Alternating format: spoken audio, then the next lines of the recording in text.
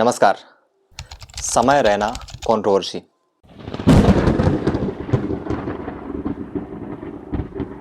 बहुत बातचीत हो रही है इस पर कि क्या ये कॉमेडी है, क्या ये फ्रीडम ऑफ स्पीच है, या क्या इस बात को लेकर बहुत ही ज़्यादा हो हल्ला मचाया जा रहा है।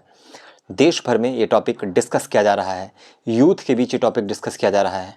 कई लोग समय रैना रणवीर को क्रिटिसाइज़ कर रहे हैं, कई लोग उनका डिफेंस कर रहे हैं। और आज हम इसी पहलू पर बात करेंगे कि क्या वाकई कॉमेडी अगर है तो क्या कॉमेडी इस तरह से होनी चाहिए, या फिर कॉमेडी को लोगों को हंसाने के नाम पर किसी और तरीके से भी पेश किया जा सकता है।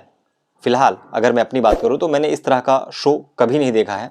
कभी कभी इंस्टाग्राम में रील स्क्रॉल करते समय इस तरह की एक दो रील आ जाती है जिससे इंसान जानता है कि हाँ, इस तरह का भी कोई शो चल रहा है। और यह पहली बार नहीं है जब इस शो को लेकर बवाल हुआ है। इसके पहले भी इस शो को लेकर कई सारी कंट्रोवर्सीज हो चुकी हैं, मगर क्योंकि इस बार की जो कंट्रोवर्सी है उसमें रणवीर ने एक ऐसी टिप्पणी की जो बहुत लोगों की भावनाओं को आहत करती है, और इंक्लूडिंग मी, क्योंकि मैं भी जो कमेंट वहां पर किया गया, मैं भी उस तरह की किसी भी बात से एग्री नहीं करता हूं, ना मैं उस तरह का व्यक्ति हूं, और ना मैं कॉमेडी के नाम पर ऐसी चीजें बर्दाश्त करना पसंद करूंगा। फ्रीडम ऑफ स्पीच अच्छी बात है, परंतु फ्रीडम ऑफ स्पीच वहीं तक होनी चाहिए जहां तक आपका समाज, आपकी संस्कृति, आपकी सभ्यता आपको अलाउ करती है। एक माता और एक पिता जिन्होंने आपको 9 महीने तक अपनी कोख में रखकर पाला, अपना दूध पिलाया, पिता जिसने आपको पाल पोस कर बड़ा किया, आपको अपने संस्कार दिए, आप उन्हीं के बेडरूम में घुसना चाहते हो और देखना क्या चाहते हो। आप सब जानते होंगे कि वहां पर क्या कहा गया है। कुछ लोग रणवीर को और समय रैना को यह कहकर डिफेंड कर रहे हैं कि अरे इन्फ्लुएंसर को दबाया जा रहा है, उनको मसला जा रहा है, उनका शोषण किया जा रहा है, क्योंकि उसने एक बात बोल दी। आप यह नहीं समझ पा रहे हो कि उसने क्या बात बोली है, आपको ये बात समझ में नहीं आ रही है। कुछ लोग तो ये कह रहे हैं उनको डिफेंड करने के नाम पर कि देखो देश में कितनी सारी प्रॉब्लम्स है, देश में रोड नहीं बन रही है, सड़कें नहीं बन रही हैं, रेप हो रहा है, नेता भ्रष्टाचारी हैं, करप्शन है, देश में गरीबी है, इसलिए इन सब मुद्दों पर बात होनी चाहिए। और लोग समय रैना की कंट्रोवर्सी में भिड़े पड़े हैं। मैं उनसे पूछना चाहता हूं कि क्या जिस तरह से देश में गरीबी को खत्म करना जरूरी है, भ्रष्टाचार को खत्म करना जरूरी है, जिस तरह से अपराध पर बात होती है, रेप पर भी बात होती है, क्या उस तरह से इस मुद्दे पर बात नहीं होनी चाहिए?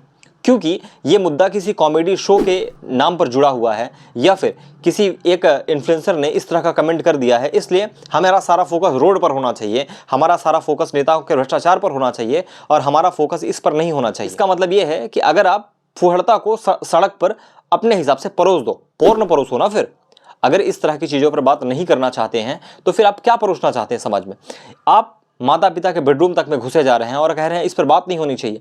जो चीज़ यूथ को सबसे ज़्यादा इंपैक्ट करती है, जो चीज़ यूथ पर सबसे ज़्यादा प्रभाव डालती है, आप कह रहे हैं कि उस पर बात नहीं होनी चाहिए। कुछ लोग इस चीज़ को यह कहकर डिफेंड कर रहे थे कि आप नेता भी गालियाँ देते हैं, न्यूज़ रिपोर्टर गाली देता है, आप भी गालियाँ देते हैं।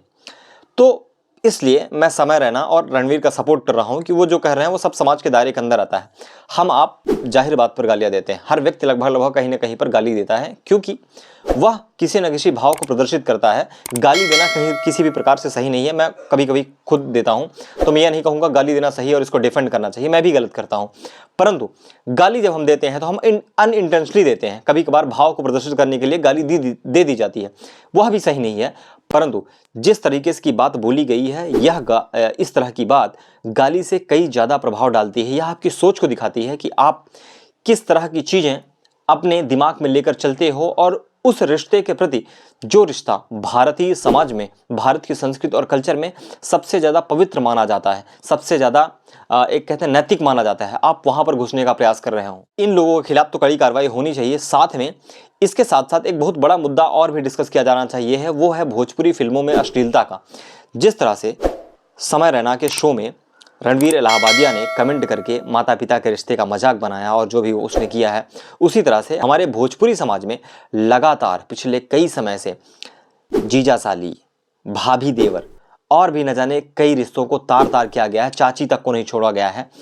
तो इस दायरे के अंदर उस भोजपुरी समाज को भी लाना चाहिए जहां पर वहां के सिंगर्स अश्लील गाने बनाते हैं, रिश्तों को तार तार करते हैं, रिश्तों की गरिमा को कम करते हैं। हमें उस तरफ भी एक नज़र डालनी चाहिए, क्योंकि आज भारतीय जनता पार्टी के अंदर कई सारे ऐसे नेता बैठे हुए हैं जिन्होंने पूर्व में ऐसे ऐसे गाने गाए हैं जिनको आज आप सुनोगे तो कंप्लीटली आप समझ जाओगे ये डबल मीनिंग गाना है।